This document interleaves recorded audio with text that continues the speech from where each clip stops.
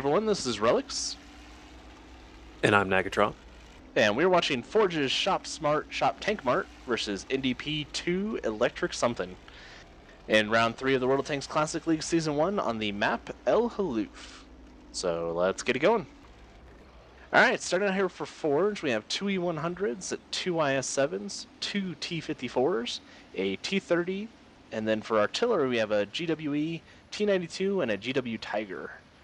So going for a heavier artillery build here, hoping to light up stuff with their T54s. NDP is already rushing 3 T110s across the field, along with their T2 Light. Aside from those tanks, they've got another T2 Light, 2 Bat Chats, a 261, and an AMX 50B. Looks like they're trying to get a quick position on the other side of this hill like we've seen a couple times. Off to a rough start, having most of their T110s hit by artillery. And there goes one of their Tier 2 lights. I believe he did his role. They're probably trying to have him ridge to light their artillery. And it looks like he did it.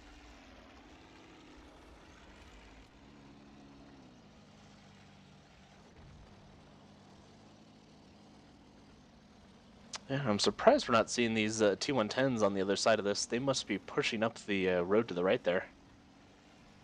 I would think those T54s could spot them right now. They must have tucked just inside and they're holding, waiting for the Bat Chats to, or helping these Bat Chats finish off these IS-7s. Forge's IS-7's being held on this corner by the threat of one Bat Chat and an unknown number of tanks. With one artillery, they really need to get more aggressive and get after some of those tanks and not give them the time to set up these traps. Yeah, there goes another fresh T110 straight over there to help with the IS-7s as well.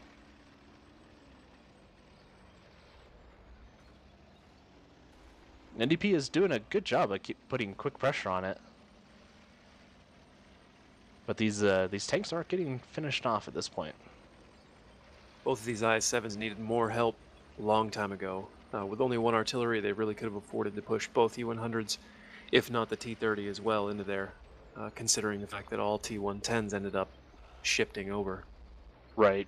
You may have ended up keeping one tank up there just for posterity, but considering the fact that artillery cannot reach into that area, they need to start really need to start pushing the T54s and helping out the IS-7s in their stranded position.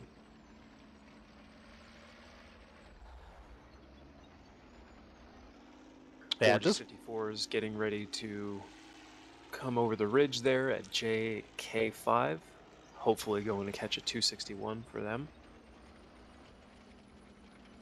I'm curious what they still have on base defense right now.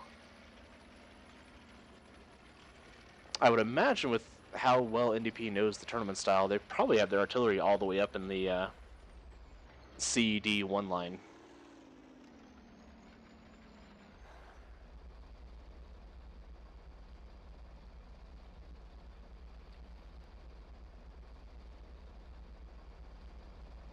Can't tell exactly what that heavy is in that position, but it would appear to be one T110 and probably the 50B back there on defense, and it was. He's now dead.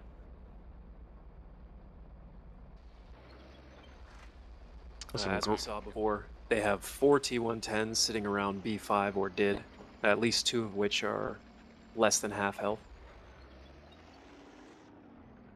There goes one of the 54s who's trying to bypass now, and looks like he's trying to make a go for artillery a little bit further down, maybe hide in the town. Meanwhile, we got the T110s pushing up now.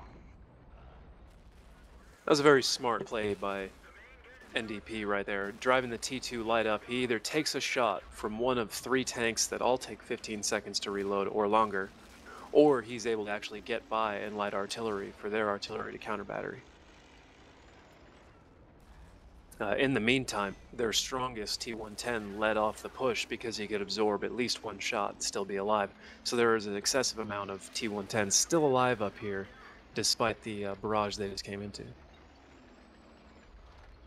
Yeah, they are all still, unfortunately, fairly badly hurt. Although, I think he just bounced a nice shot off there. That was good.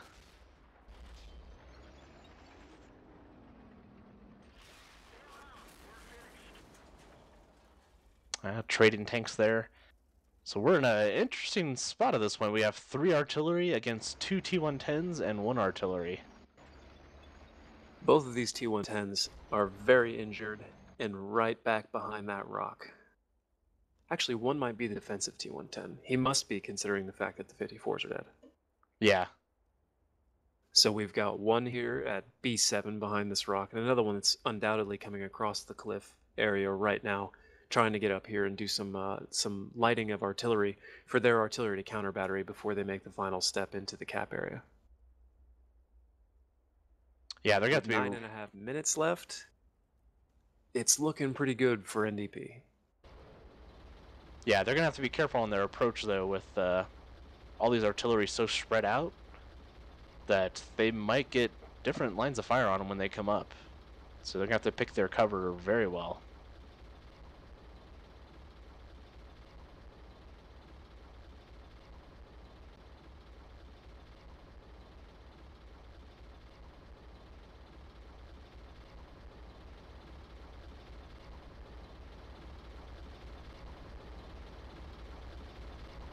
Unfortunately for Forge, they can really only play the waiting game. It's not like they can exactly move around in spot either. They definitely don't have the speed or the amount of tanks that they need to counter light and try and help hit with artillery. And should they actually do it and do it the best way possible, where they proximity light through the rock, they're just exposing themselves for the 261, which is playing directly in NDP's hands.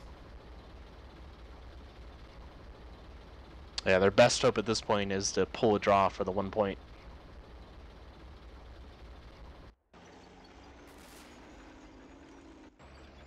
Well, there we are, 1 T-110. Got a shot on the GWE. Nearly full health. I really like that avenue of attack. That's the safest way to approach, given the spread that our artillery, or that Forge's artillery had last they saw them. That way, for anybody to hit you coming up, they have to drive over a dune, angle downwards, and wait to focus, whereas a T-110 can probably shoot twice in about that period of time.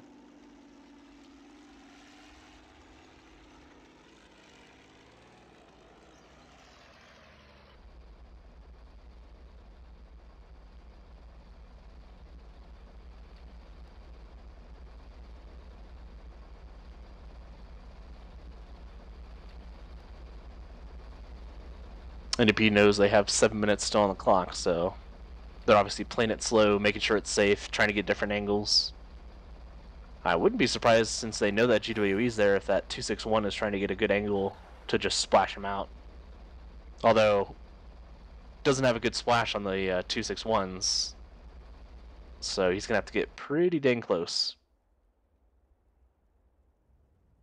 Typically what people do in that situation is they would move a 261 as far east as they could, and then have him already pre-focused on that last known location, and as soon as the T-110 lights him again, let it fly. That way you don't have to rely on splash, and this is a perfect way to do it. Proximity light right there. Yep, not even bother going for that GWE, he's just trying to spot the other ones. Oh! Direct hit. That must have been an ammo rack or a penetration for full damage, or killed his entire crew, because he had a lot of hit points there. Yeah, that was a nasty shot. They were, however, able to knock out the T-92 in the meantime. So that was a good coordinated effort there.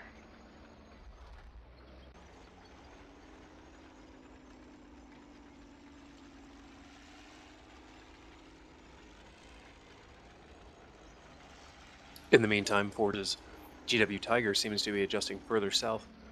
I would assume that's to get shots on the other side of the rock from the GWE, so in the event that they do try to proximity light, he actually still has an even better shot on whoever is trying to do it, which would then hopefully equalize the odds for them and give them a chance at either drawing it out or going and trying to get a 261 themselves.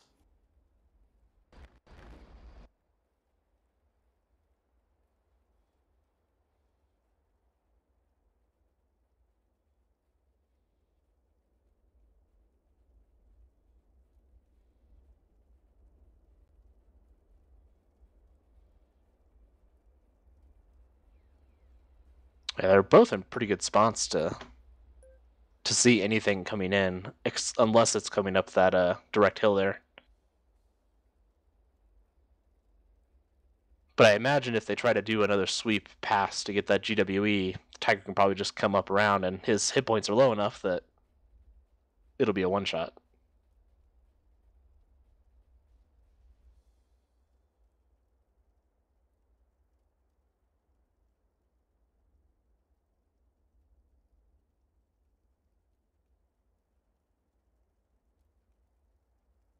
I have a One feeling of at this Forge's point, members just calling for dead tanks to spin around and look for any fallen objects, which would give Forge a chance to counter battery without seeing any tracer at all. or locate the identity of that other T-110 if he's trying to move back through that town to get around him. At this point, I wonder, though, if NDP is just trying to run the clock down some, just in case they lose that T-110, and these guys don't have enough time to get up to the other cap, or to find the other 261. It would seem to make sense. At the same time, the odds of a GWE or a GW Tiger chasing down a 261, even in 5 minutes, are pretty low. Yeah, and their chances of making it to the cap is pretty low at that, too. Just the same, though. I mean, experienced clans want to hedge their bets, and you're probably dead on with why they're waiting. Either that, or they're very slowly testing angles and using something like Sixth Sense to see if they're being spotted so they can find the best avenue of attack, or maybe they're 261s looking for good position to fire from. It's kind of hard to tell without NDP sending it in their own replays.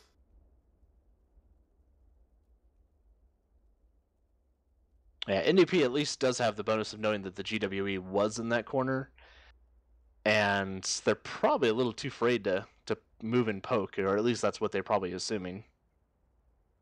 So I would not be surprised if NDP's artillery is moving to a better angle to hit that.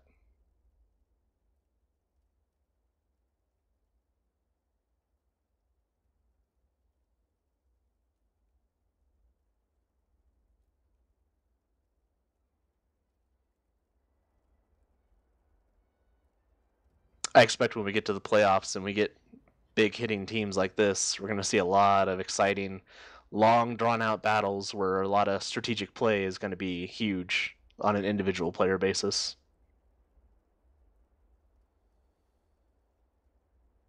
Since situations like these, an intense competition with only a few remaining tanks, where every mistake is magnified 10 times.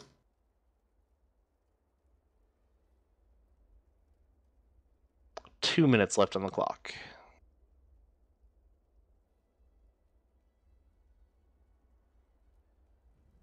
At this point, NDP probably wants to be getting some sort of contact, simply because they're probably going to want to give their 261 enough time to position and fire on both of these tanks, and it is a window that is quickly closing.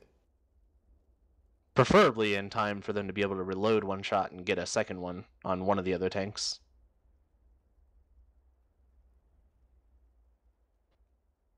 Exactly. Oh, here's the T-110 running across the top. Oh, already just short.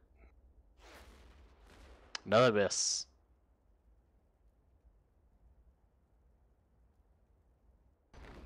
He's closing in fast, knowing that the reload times aren't going to be ready yet. He has 1 minute to catch both of those tanks. They probably don't know that the GW Tiger is still in that corner. Well, they can't see him at least, but... Undoubtedly, they know he's there. What I'm starting to question is whether they ever lit the GWE to start. If they had, you would think that the 261 would have been ready and would have dropped him the instant the T-110 let him driving across the top. So they must not have caught him the first time. Especially at that angle he was just sitting at there. T-110 slowing down. Ooh, another miss from the GW Tiger. Type E out. We have 20 seconds left to take out one GW Tiger with one T-110 and a 261. Guaranteed he saw the tracer and he knows he's on the back of that hill. They had to know just from the angles he was been firing from this entire round. Yeah. If the 261 were up on the ridge across the map right now, he would have him lit with a direct shot. Ah, there's the draw. What a close battle. All right, well, great fight, Forge. Great fight, NDP.